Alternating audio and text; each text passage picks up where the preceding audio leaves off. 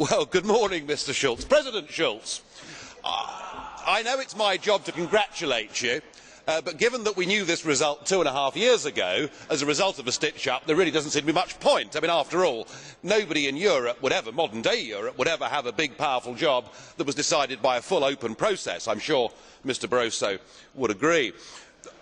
I was musing this morning. I was thinking, what kind of President Schulz are we going to get?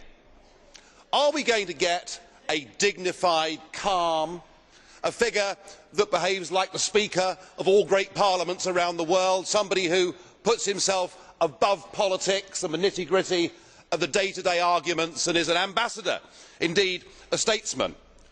Or are we going to get the Martin Schulz we've got to know since 2004 as leader of the Socialist Group? You know the one I mean: snarling, angry, unable to control his temper, intolerant of anybody with an alternative point of view, somebody who is contemptuous when in free referendums people have the temerity to vote no, somebody who is anti-British to his fingertips and doesn't like free markets. I was wondering which one would we get. Well, your opening speech has settled that question for me, and it's pretty clear.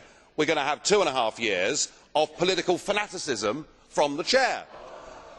And I have to say, only a third world country, only a banana republic would want to have an overtly political president of a parliament.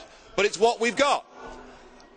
I may represent the smallest group in this parliament, Mr. Schulz, but I can tell you that it's a group whose ideas and whose views are now being echoed by a growing number of citizens right across this continent. I'm sure you'd agree. The opinion polls show it's kind of 50-50 whether people think this EU is a good thing or a bad thing.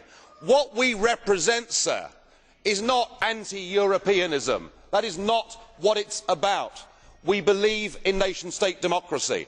We want a Europe of trade. We want a Europe of cooperation. We want a Europe that is responsible. We don't want a Europe that seeks to be a global superpower. We don't want a Europe run by Mr. Barroso and the Commission and the so-called community method. And I will do my very best to provide political opposition to your presidency over the course of the next 2.5 years, and I hope you give us a fair hearing. Thank you.